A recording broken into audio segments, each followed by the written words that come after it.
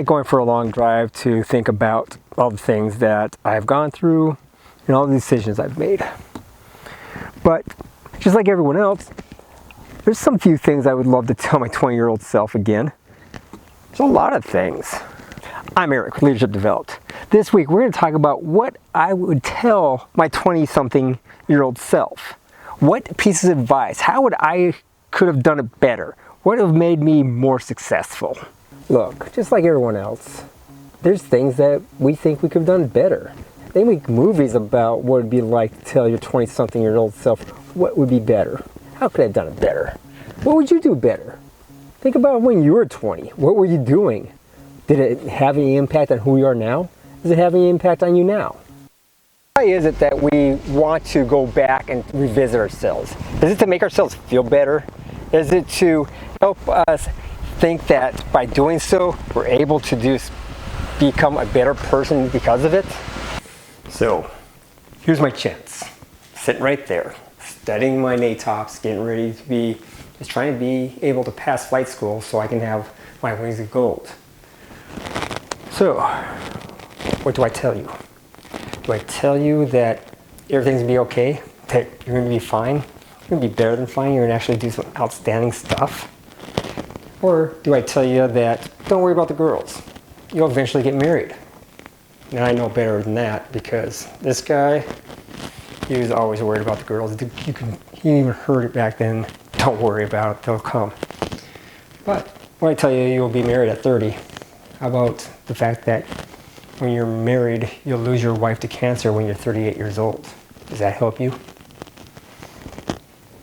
What if I tell you the secrets to the success, such as your leadership skills are outstanding, people follow you everywhere, but your management skills suck, and that's why we retired. You're not thinking about joining the airlines after this because it's a mess over there.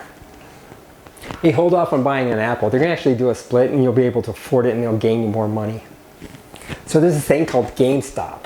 You'll buy into it in 2008 and then it'll skyrocket because a bunch of memes. Trust me, you don't know what a meme is, but you'll know it in 20 years. Oh yeah, as you're studying, make sure you stop playing frisbee golf, otherwise you're going to tear your knee apart. Oh, when you're going to go to war a couple times, and I'm going to tell you, you need your discipline to be a lot better because if you don't, you're going to do something stupid. Knowing all this stuff in advance will not help me become who I am. Won't help this me become this me. In fact, it changes everything. Why we always say, I wish I knew this back then, takes away that competitive edge of learning from mistakes, failures, and or that chance of misfortune. It's important for us to be able to understand that these experiences are the necessary evils that create the character of who we are. This is a necessary evil. These challenges that must be overcome will be part of him growing into this, into having this. So next time you feel that you need to go back in time and tell yourself, I wish you know this now, think about it. How did your successes to where you're at right now come from?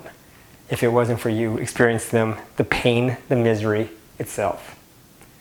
I'm Eric with Leadership Developed. If you like this video, hey, do us a favor, give us a thumbs up. Also, hit subscribe. Help us tell YouTube that this video needs to go out to a broader audience. And they will only spread it if you like it or you subscribe to it.